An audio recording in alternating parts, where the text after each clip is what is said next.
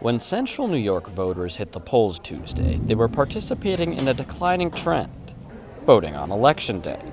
According to Onondaga Elections Commissioner Dustin Zarni, more people are choosing to vote early in person. Where the large increase was this year is early vote. In 2020, we had 59,000 people early vote. We had 79,000 people early vote in 2024.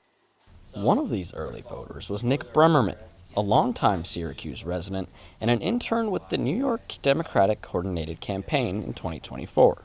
I like to go in person and see my vote get counted, but I think doing it early, it just relieves the stress of waiting until election day and then worrying about lines or other things coming up.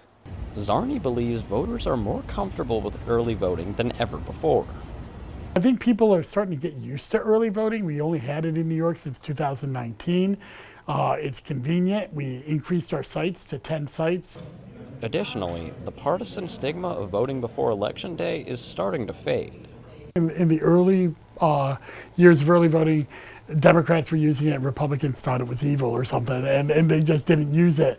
Now we saw a more traditional turnout for early voting, which I think is good. Another evolution in Onondaga County elections are how quickly the votes are counted.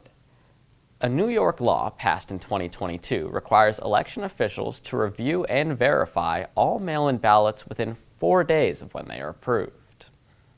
Zarni believes the new legislation greatly improved the system. That new law that allows us to canvass it beforehand is great. In 2020, we had to wait until 7 days after the election to even open one ballot. On Tuesday night, it took barely 2 hours after the polls closed for key races in Onondaga to be called. Bremerman appreciated the swift process. I was very relieved that we got some pretty clear results very early on because, I think it took at least a week for them to call it in 2022, and it was agonizing, the wait.